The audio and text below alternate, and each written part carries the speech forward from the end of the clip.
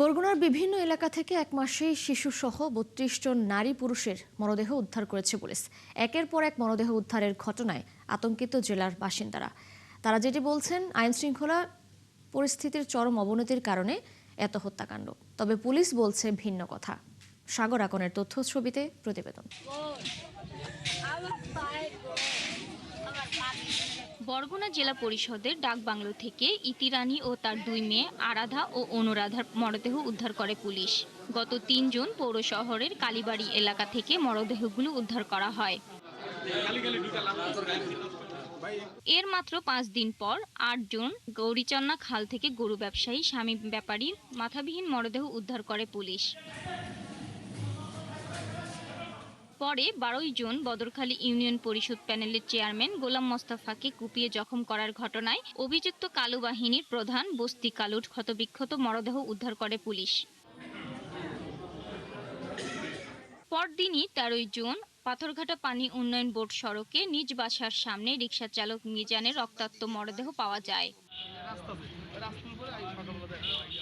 এদিকে ১৪ জুন তালতলী থানার কর্মরত ফারুক গাজী নামে এক পুলিশ কনস্টেবল থানা ব্যারাকে চিরকুট লিখে বিষ পান করে আত্মহত্যা করেন। এলাকার লোকজন বলছেন, প্রায় প্রতিদিন সকাল হতেই মিলছে মরদেহ উদ্ধারের খবর।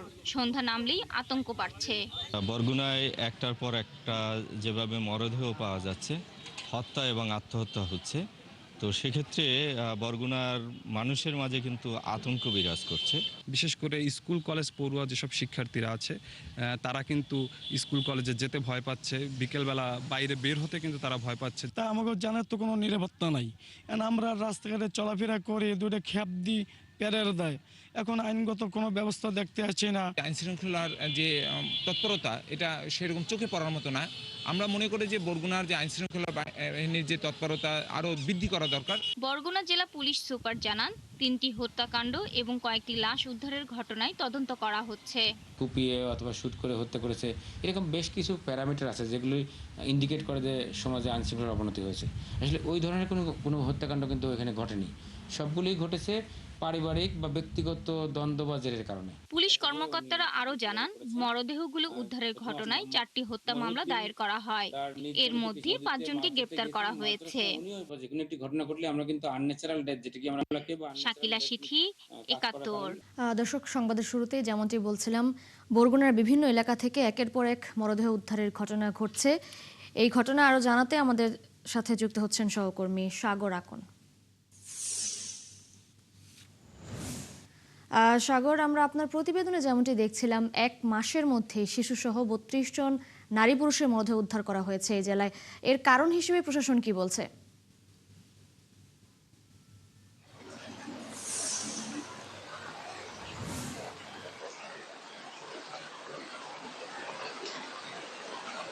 তিশা, আপনি যেমনটি বলেছিলেন যে আসলে গত এক মাসে ৩০ দিনই কিন্তু ৩২টি মরদেহ উদ্ধার করেছে বরগুনা জেলা পুলিশ।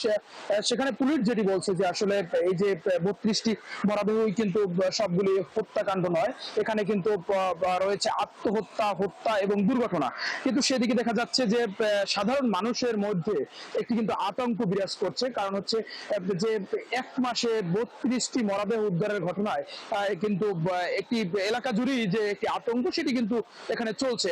সাধারণ মানুষ বলছে যে তাদের যে নিরাপত্তা, সেই নিরাপত্তা কিন্তু নেই বললেই চলে। প্রশাসনের তরফ থেকে বলা হচ্ছে যে আসলে এখানে মূল মাত্র 3টি হচ্ছে হত্যাকাণ্ড সরাসরি, এছাড়া রয়েছে রহস্যজনক মৃত্যু। আপনি জানেন যে গত ৩ জুন বরগুনা জেলা পরিষদের ডাকবাংলো থেকে 3 জনের মরদেহ উদ্ধার করেছিল পুলিশ। সেখানে কিন্তু 3 জনেরই রয়েছে এই রহস্যজনক মৃত্যু। এখন পর্যন্ত কিন্তু পুলিশ উদ্ঘাটন করতে পারেনি এটি আত্মহত্যা নাকি হত্যা।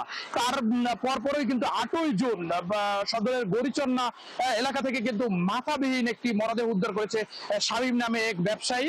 সেখানে দেখেছি আমরা গত 28 দিন পার হয়ে গেলেও আসামি 5 জন গ্রেপ্তার হয়েছে, কিন্তু এখন পর্যন্ত যে মাথা কিন্তু এখন পর্যন্ত পুলিশ যে আলাদাভাবে যে মাথাটি নিখোঁজ রয়েছে সেটি কিন্তু এখনো উদ্ধার করতে পারেনি। এবং আমরা দেখেছি এর পরপরই 12ই জুন কালু নামে, কালু সন্ত্রাসী বাহিনীর প্রধান বস্তি কালু নামে পরিচিত বরগুনায়। সেই এই বস্তি কালুকেও কিন্তু দেখেছি এক ইউপি চেয়ারম্যানকে কুপিয়ে হত্যা করার পরে, কুপিয়ে আহত করার পরে কিন্তু তাকে যে স্থানীয় জনগণ তারা কিন্তু যে পিটিয়ে বলছে যে পিটিয়ে এবং কুপিয়ে তাকে হত্যা করা হয়েছে। সেক্ষেত্রে আমরা দেখেছি সেখানে মামলা হয়েছে, কিন্তু এখন পর্যন্ত কাউকে পুলিশ গ্রেপ্তার করতে পারেনি।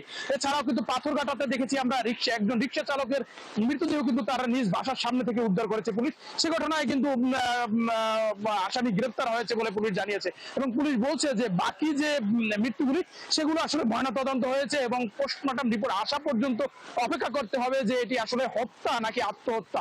সে পর্যন্ত পুলিশ বলছে যে আসলে এটি কোনো আতঙ্কের কিছু নেই, এটি তাদের স্বাভাবিক যে আইন শৃঙ্খলা পরিস্থিতি সেটি তারা তদন্ত করে তারা কিন্তু নিশ্চিত করবেন যে এগুলো আসলে হত্যা না আত্মহত্যা। কিন্তু সাধারণ মানুষ বলছে, সবচেয়ে মহল বলছে যে এতগুলো মৃত্যুর পরে কিভাবে পুলিশ বলছে যে এটি স্বাভাবিক ঘটনা। তো আমার কাছে এই ছিল বরগুনা থেকে সবশেষ। সাগর, ধন্যবাদ আপনাকে যুক্ত হবার জন্য। দর্শক, বরগুনার আইন শৃঙ্খলা পরিস্থিতি জানাচ্ছিলেন আমাদের সহকর্মী সাগর আকন।